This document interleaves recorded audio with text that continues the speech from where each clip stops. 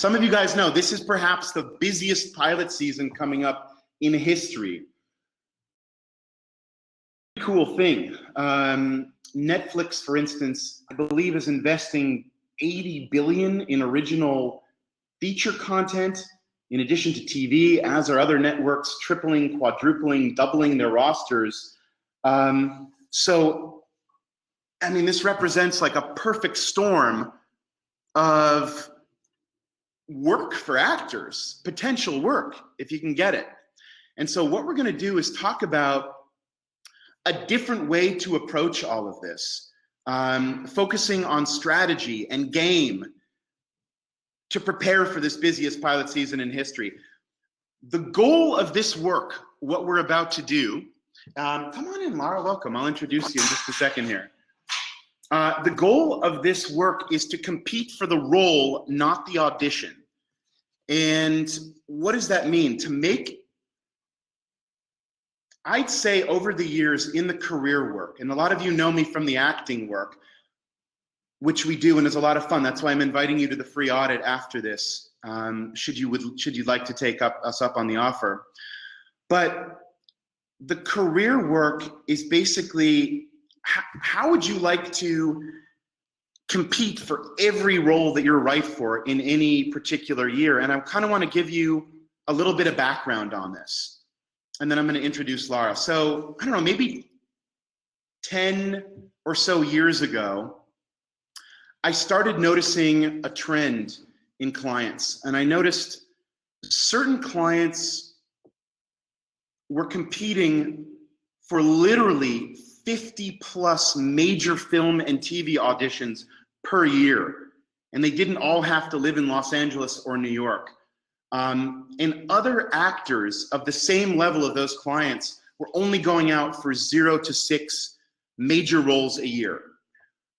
Folks who have been working with me for some time are gonna recognize the stuff that I'm talking about. Why is that? Why are certain actors going out for absolutely cleaning up, killing it every year, going out for everything, and other actors are only seeing like 0 to 6 major roles a year? And it comes down to a couple things. I think a lot of folks give up control to the idea that their agent or manager, or that finding an agent or manager is going to be a magic pill. And newsflash, you guys know this, it's not. The biggest complaint I hear is that I've had an agent or a manager for 5, 6 months, a year or more, and they've done nothing for me. They've gotten me nothing, 0 to 6 major roles. And some of you guys can relate to that. Why is that? Why are certain actors competing for everything and other actors going out for nothing? It comes down to this. Those reps and actors who are going out for absolutely everything are getting on the telephone and pitching their clients on the phone to casting, to producers, to directors, to writers, etc. They are not solely submitting actors. And I know you guys, a lot of your reps are barely submitting you, if at all submitting you. And I think it's related to, I think it's related to a couple of things.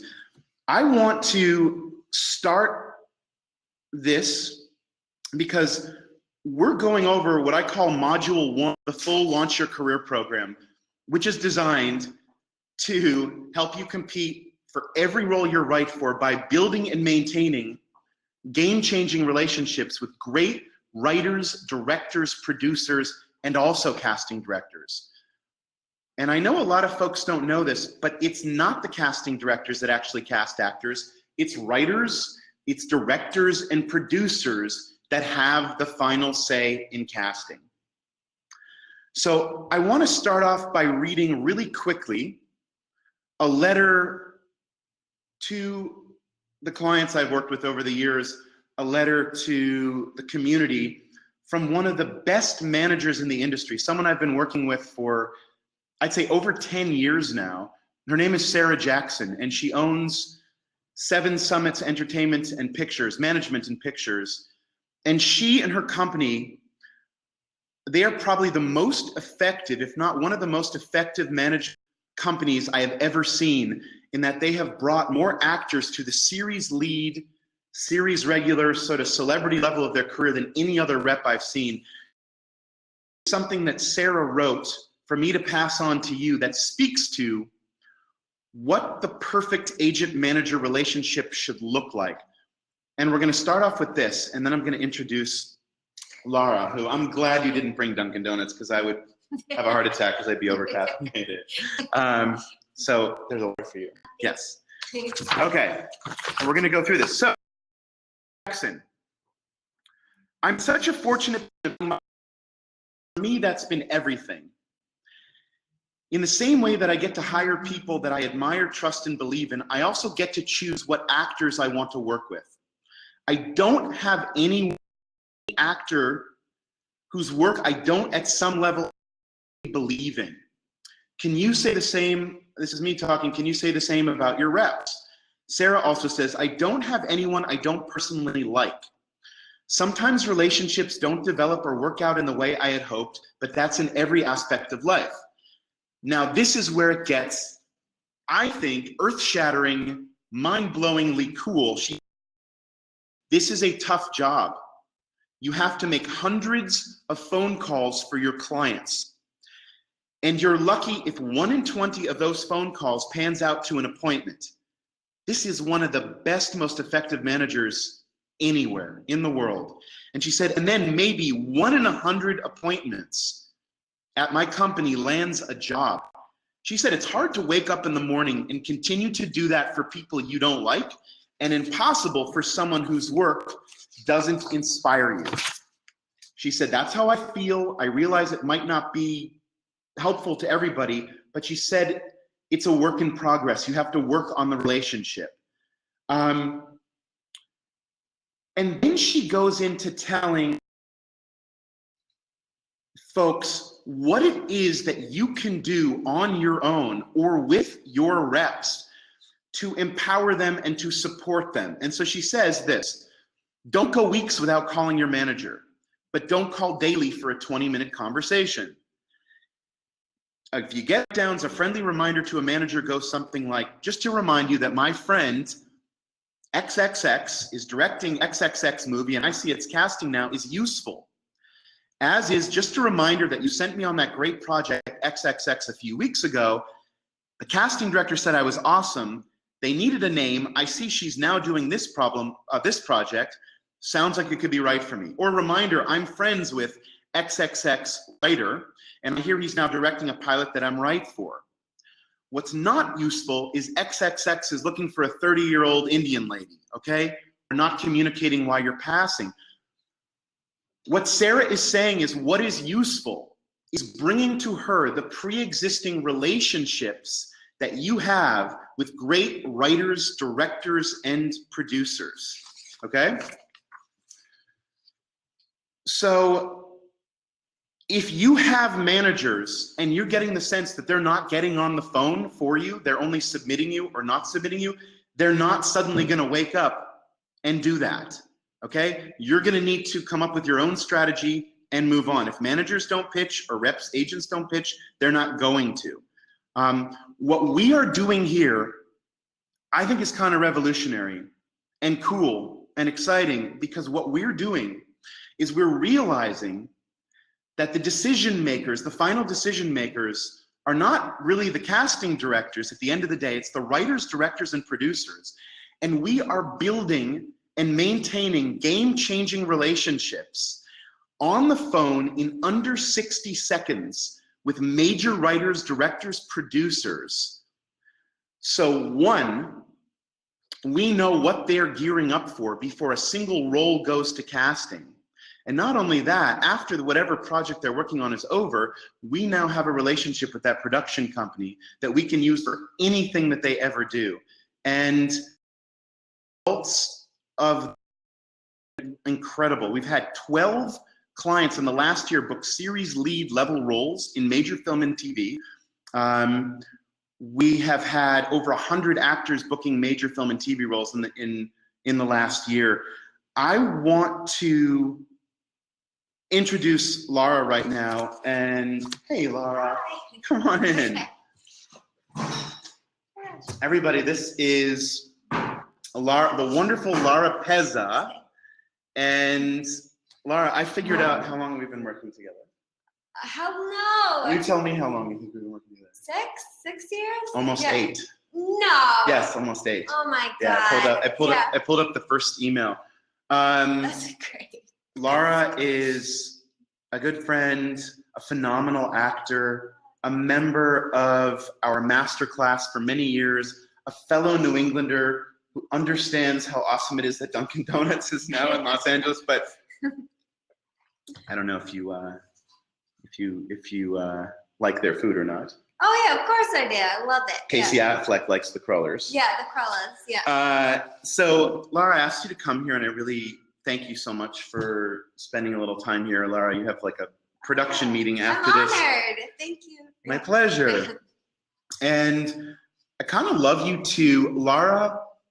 Without the help of an agent or a manager, in the last year or so, has booked some incredible stuff on her own using this work, and would love it, Lara, if you could, I mean, just tell us some of the projects that you worked on, maybe starting from Sebastian Says to the Michelle Williams project. Well, when I make calls, I'm always just very specific that I'm right for the role. I never want to call in a generalized, in my age group, a woman. So I always make sure that, one, I'm excited about the project. 2, I have the confidence that I could be maybe something that they are looking for, especially if it's my nationality, or even just, it makes a lot of sense to me if you're from a specific area, because studios love to, even they have all this money and budget. They even love if you live to in Los Angeles, but you're from a regional spot. To say that you're a local hire just really works. And then you have that confidence to know that, well, you just beat out these hundreds of thousands of people, because the studios love it.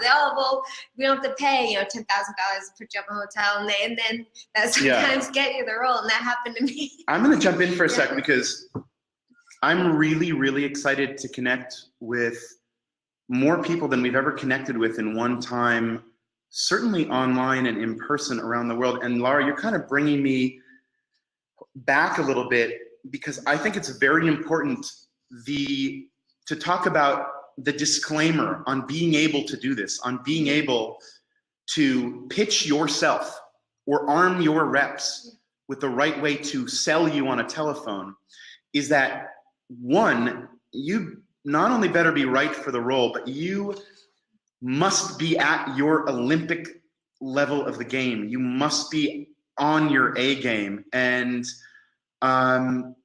otherwise, it's a small industry. And if you go out for 50 some odd roles a year, you're going to wind up closing more doors than you open if you're A, not right for the role, don't really know what the project's about, or are not at your Olympic best. And you know about Olympic best, but we don't have to go into all that stuff. But so yeah, thank you for saying that. That's part of the pre-work that you do, is making sure that this is going to be a good fit before you get yourself in the room to compete for that role. And solving kind of their problem, especially if they're looking for specific work, or even if it's they're asking for someone, if you're a Chicagoan, you have that dialect already there, or in my case, I knew they were shooting in New England, and I could do the accent. I was from there. I could say, hey, I could work local hire. So I actually reached out to a local casting director, and then they put me in through the main cast director shooting out here. Her was casting out here, and you reached out to a casting director. Whoa, without reps. And you weren't blacklisted. No. You were not sent to a Game of Thrones style execution chamber. You got further information. What regional projects did you end up doing in the last, I'd say, year-ish or so that shot back east? The last 2 projects were in New England, Massachusetts, and that was all just well, seeing the breakdown, seeing shooting in Massachusetts, I was like, oh, I've been in this local hire, and then I was right for the part. And Yeah, and you know how to pitch yourself. You know how to get on the telephone. Yeah.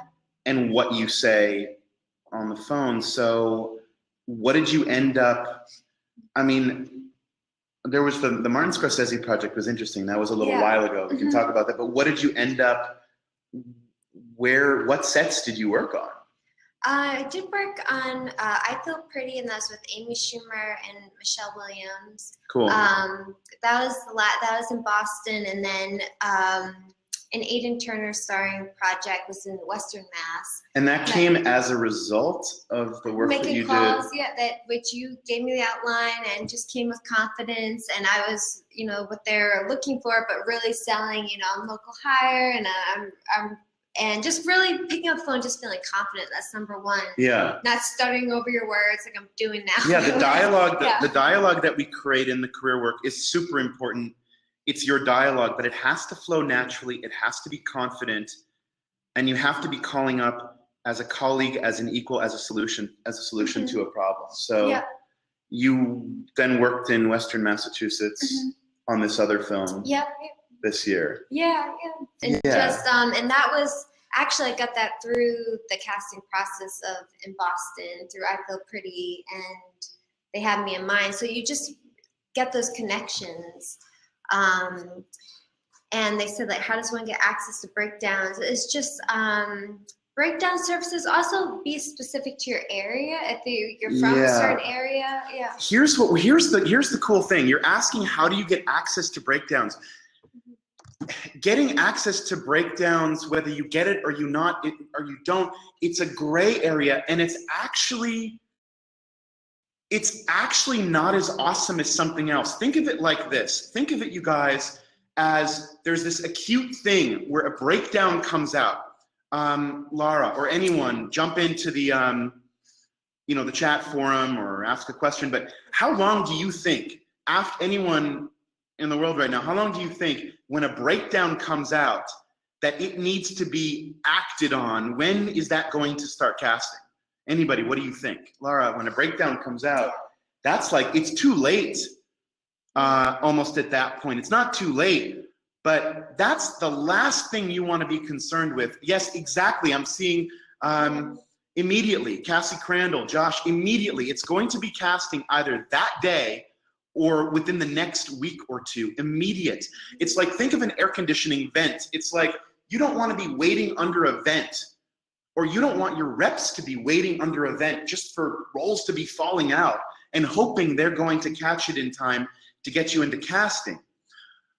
What's incredible about being able to build these game-changing relationships with great writers, producers, and directors and maintaining them, it's like you're putting your finger on the pulse of that production office, and you're knowing, especially with the busiest pilot season in history coming up, you guys are going to know what is gearing up for pre-production and ultimately casting before a casting director's office gets a single role to cast. To think different about everything in a way. This is a kind of, I think, because you have to think in a different way about this. You have to, some of the great reps that we work with at the studio, including Sarah Jackson, are strategizing, are developing a game plan. Like Eugene Simon in Masterclass. Eugene is one of our Masterclassers who's also been on Game of Thrones for the last 6 seasons. And there was a role coming out, a movie about Tolkien, J.R.R. Tolkien, and there was a role he somehow got wind. Oh, I know how he got wind. His reps and him built a relationship with, on the production side, got a script, and they were strategizing to get audition tape and pitch to production before it even went to casting. And that's what I want you guys to all kind of get on board with. Laura, you, not too long ago, were competing for a Martin Scorsese movie. What was the name of that movie? Plead for This. and kind of recently seeing fruits of the labors, because with the connection with the production company, now they're casting something else. So it's like you always never know. You know, you can't put a timeline on something. So without reps, you built a relationship with the production company behind that movie, and you also reached out to the person who was the subject of that movie. Yeah. Well, that was it. Yeah. I got a little crazy. Yeah. So you guys have to get a little crazy and obsessed. Anything that's capable of being done, you can do. This is being done.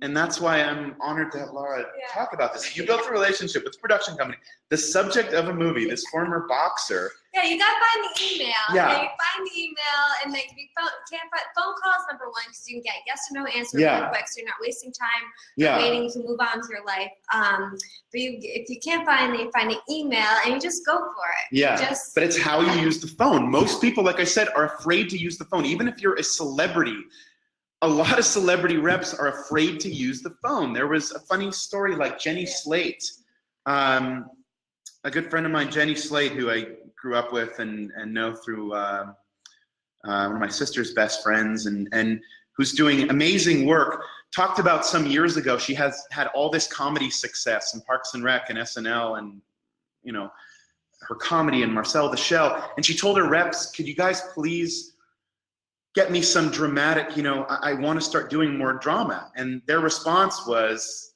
well, people don't know you as a dramatic actor. So even at this sort of celebrity level, reps are still fearful of that. So not only without reps did you spark a relationship with production, but it was actually down to the actor. Yeah. Ultimately, that one didn't win out. It was like, I don't know. Yeah. So, but then you have this relationship. So now they're reaching out to me for other roles, and now they're reaching out to you for other roles, and you have that iron in the fire. And so, because of the relationships that you've built, all these other cool things are starting to grow. Yeah, definitely. Like with you know, stuff that you're doing after this, etc. And then also you got on set and got a part on that show Sebastian Says as well. Yeah. Laura's so humble, that's why I'm asking her. It's so effing amazing what Laura has done, like what she's booked, but there's work that's gone into it. Like, it's not like it just, she pushed a button, but nobody else did it. Nobody else did it for her. And so this is, you gotta push for yourself and get excited about it. Instead of it being scary, it's more confident in what you're doing, and just keep on. It's repetition, because the 10 phone calls, you know, maybe you'll not make any, or 101, and you just really get diligent. And I was trained as an athlete, so I think of the phone calls as something that is repetitive, and that keeps me in kind of the training process. And then when one hits, it's like, that's great, but I don't have attachment to the outcome. So not every no is going to be like, it's just, there's going to be lots of missteps, and you just, it's just how much do you want to be a working actor? So I think at the end of the day, how much do I want this? So make a phone call. Yes, you're all human, and it's to be we're all human to hear beings. no, you know, but that's the worst thing to happen. You're at the end of the day, you didn't get physically hurt.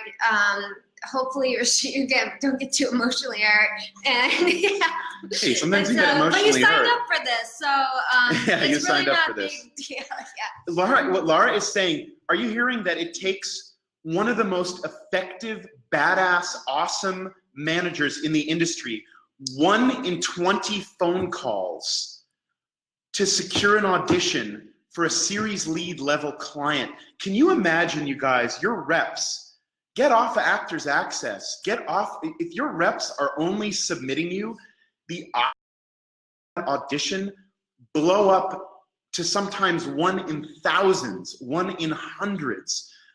We didn't choose to do this. We're not, you know, sacrificing what we're sacrificing and putting in what we're putting in to play those kind of odds. Why would you want to do that? That's why whoever's saying, how do we find the breakdowns?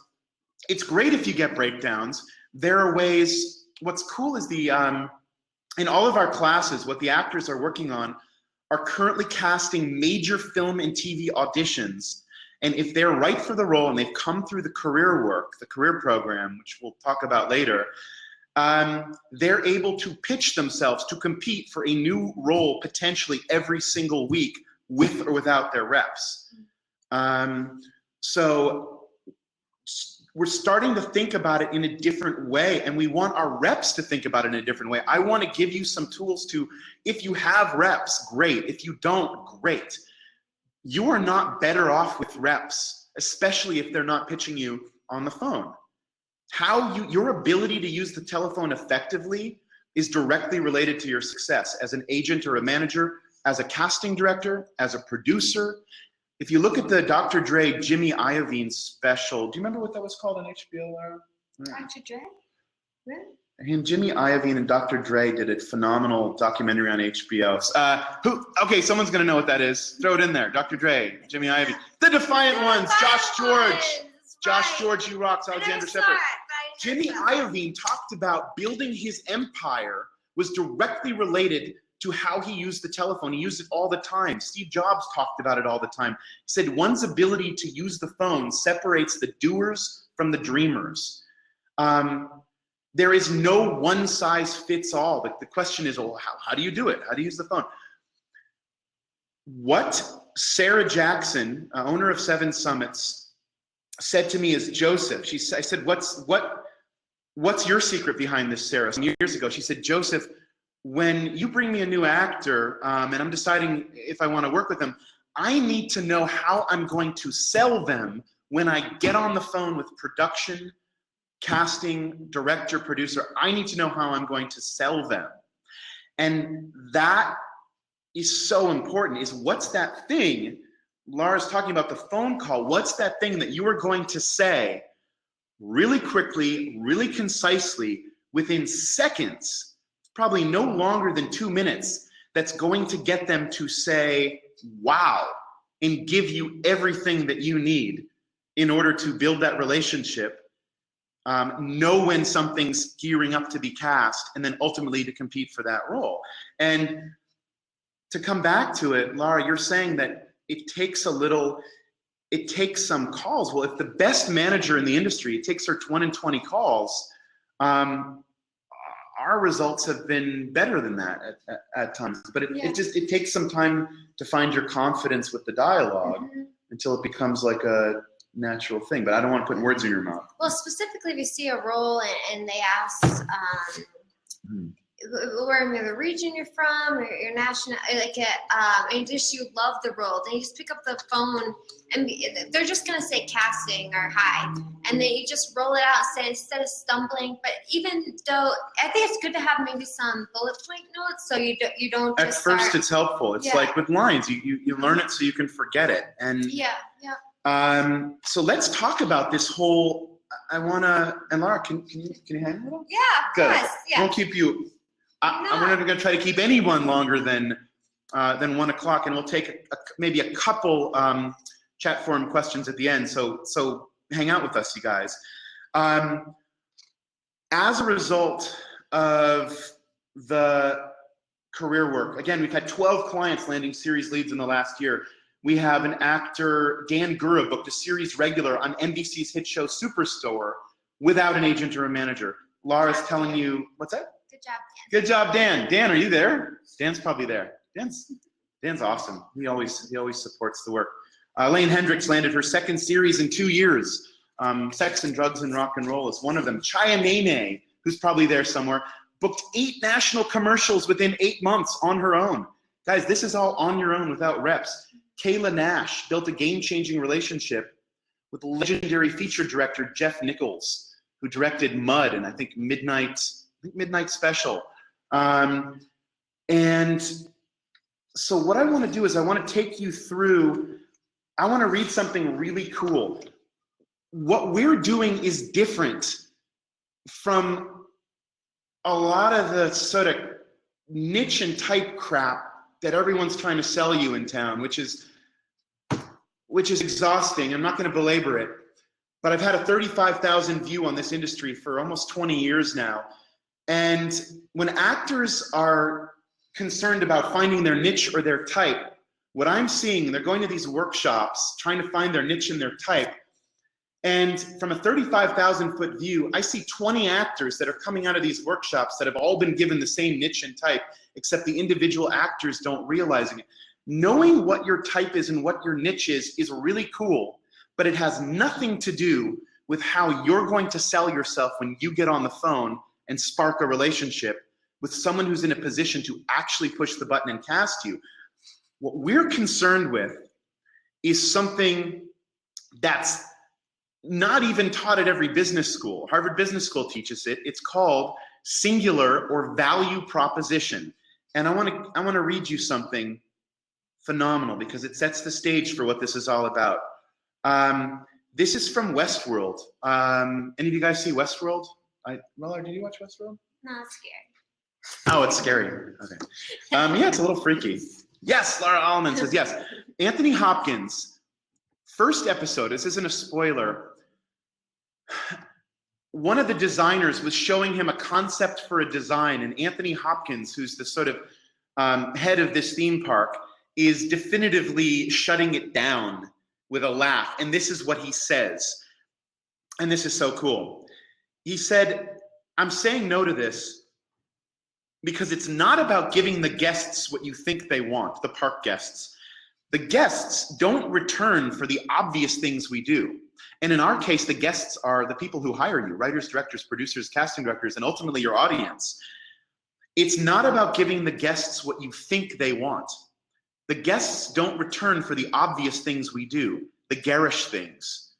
I can play the Midwestern housewife cop. I can, they come back because of the subtleties, the details. They come back because they discover something they imagine no one had ever noticed before, something they fall in love with. This is you guys.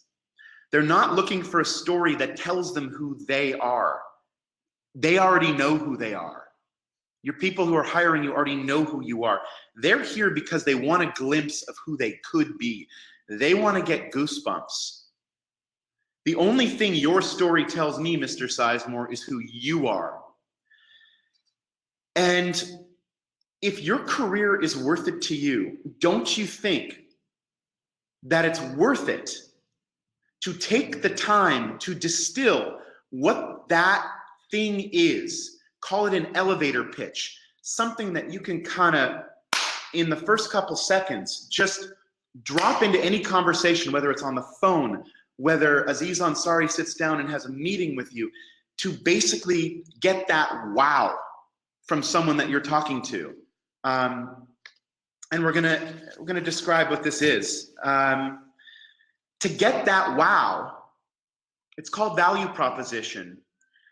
You have to show your future collaborators, and we'll call them collaborators because you should adopt the attitude that we're all in the same boat, that you're a solution to a problem. You have to show your future collaborators that you understand exactly what they want and be able to deliver it to them in a simple, easily digestible, and baggage-free way. And it's important that you're brief and to the point about it, that it has impact.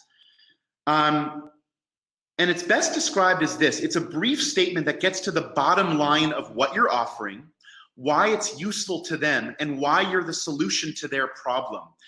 And what's cool is it forms the genetic code for all your future marketing, social media posts, phone, email pitches, headshots, etc. It's work that has to be done before any infrastructure is set up, like any business, whether you're Nike, whether you're Apple.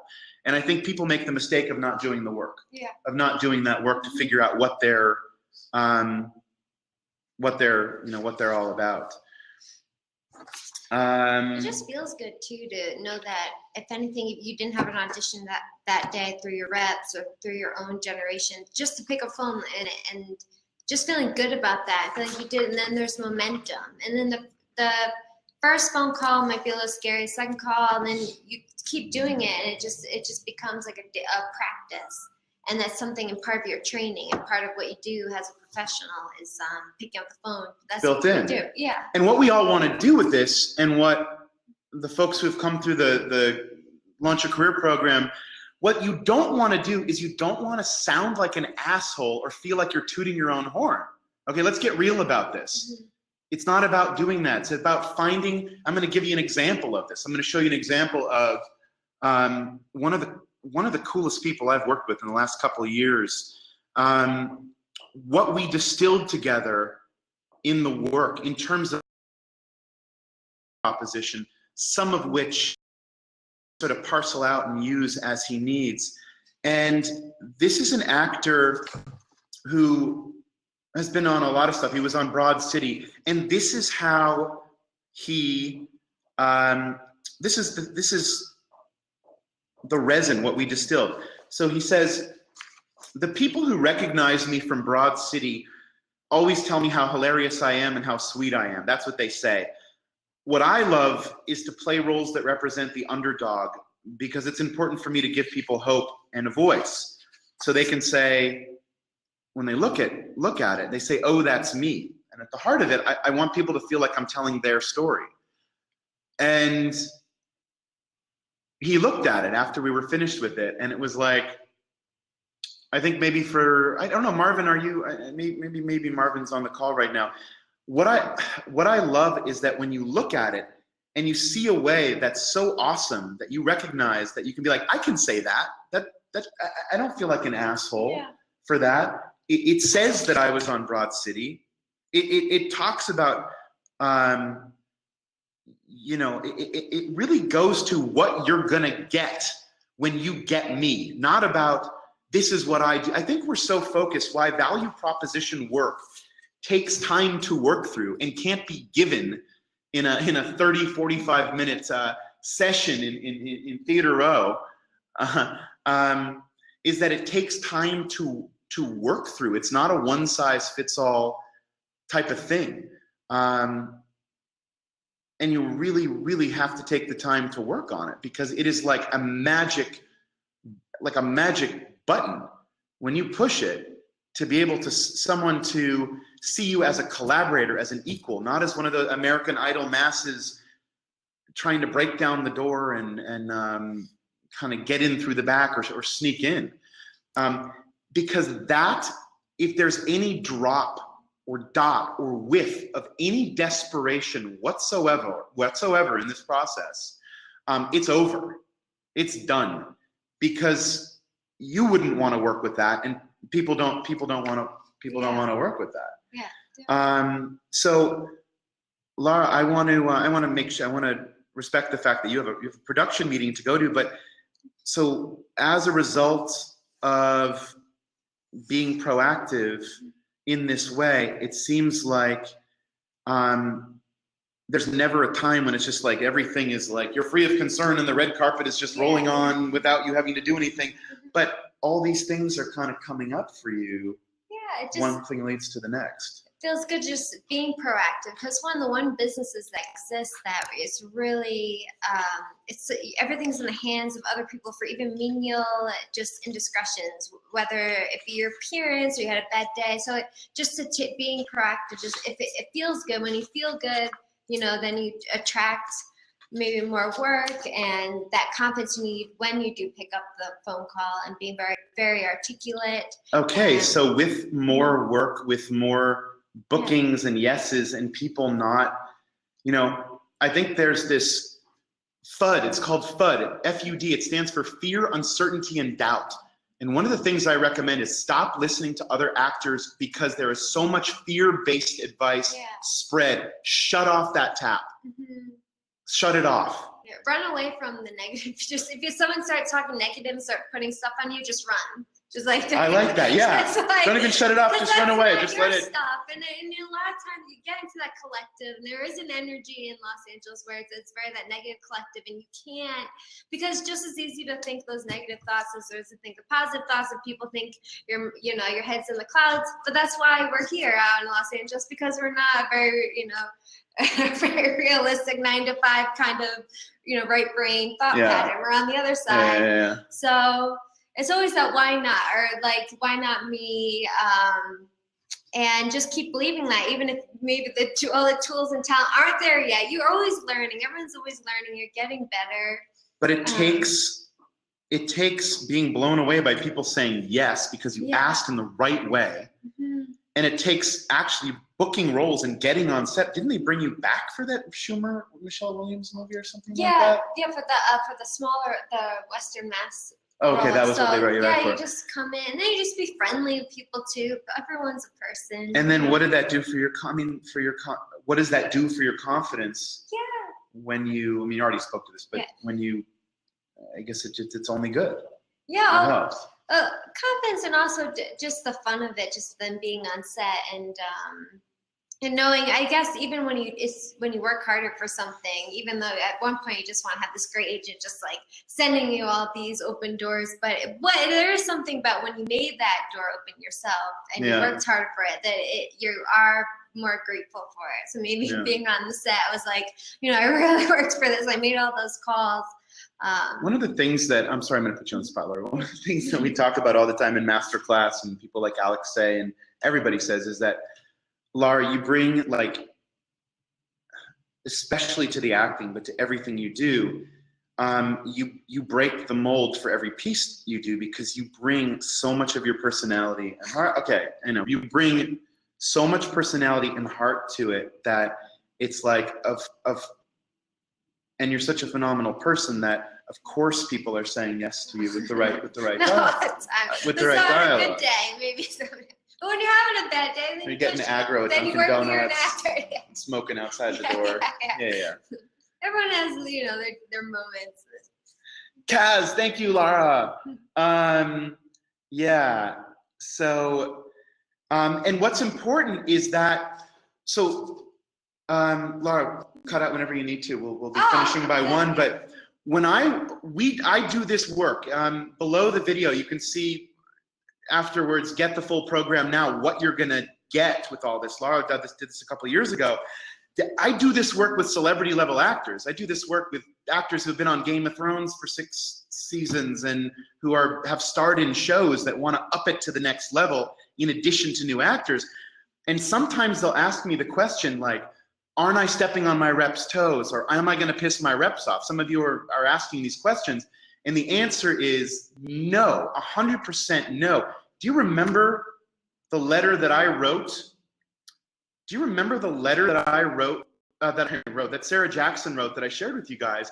She said, the thing that you can do that's going to help me is to bring me fresh meat, drag in the relationships that you have built. It makes it so easy for me to pick up the phone and sort of pre-game strategize. Because you guys, imagine what it would be like if you could secure the role before the audition even happened, is that role didn't even go to auditions because it's like a whole other way of playing this. And so one of the Sarah's clients I work with, and he said, I want to make sure that Sarah's on board with this before we do this. I don't want to step on her toes. And I said, absolutely. And so I called Sarah, and Sarah's response is, yeah, he's overthinking it. Of course it's helpful. Of course it's useful. And I shared the letter. So stop.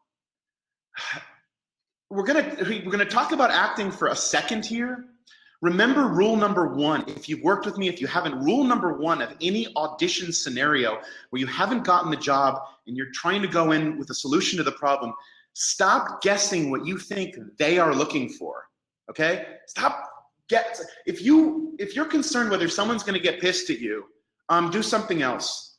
I think you don't have to be an asshole, but stop guessing what someone's looking for. Assume you are who they're looking for, and bring yourself to the piece. Bring yourself to the pitch. 9/10 of the performance is your personality, and 9/10 of your pitch is also your personality. Show, as Anthony Hopkins said in that Westworld thing, show them what they didn't know they wanted yet. Show them what their future could look like with you in it. It's so cool. It's such a fun thing. It's such a fun thing to try to figure out. And yeah, one of the things I want you to do, obviously, if you want to get this full thing, we're doing it next Friday. You hit the link below, get the full program now. You can watch it live or you can watch it afterwards whenever you want. We break down step by step by step the bunch of questions to crystallize your unique value proposition. We craft multiple pieces of phone dialogue for you to make it your own, to get that yes, to get that yes from a producer, writer, director, the agent manager of a major writer, director, producer. But come to a free audit if you haven't come to a free audit. Come to a free audit in the masterclass. Meet Laura, meet the other actors that are doing this. Maybe you don't want to be met. No, I do. I love it.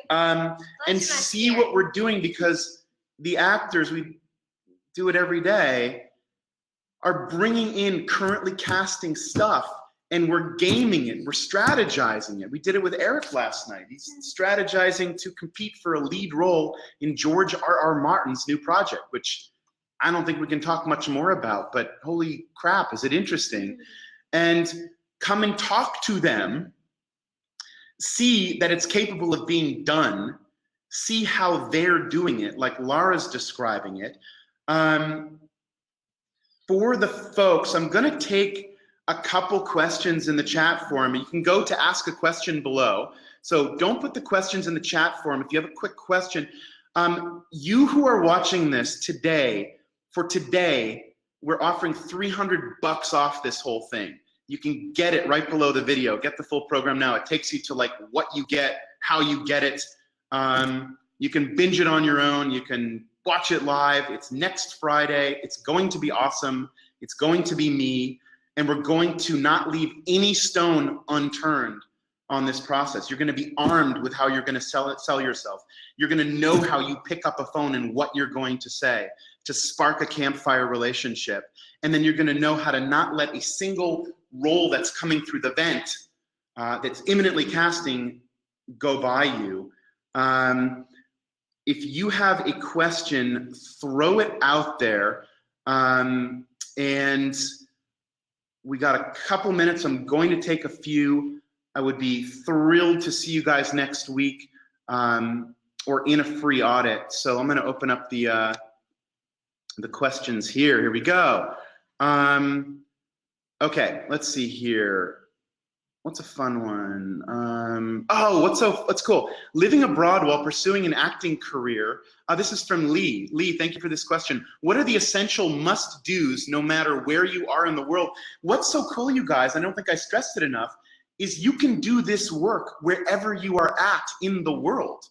In under 60 seconds, to spark a relationship, to build a relationship with a major director, writer, producer, to put a piece on tape preemptively before the role is even sent to casting. So living abroad while pursuing an acting career, Lee, what are the essential must-dos no matter where you are in the world? This work that we're talking about today and the full program below is exactly the work. It's everything and nothing not related to that. So I recommend doing that. Let's see, Laura, what would be another fun question? I'm 4 hours away from NYC and heard that agents and managers aren't interested.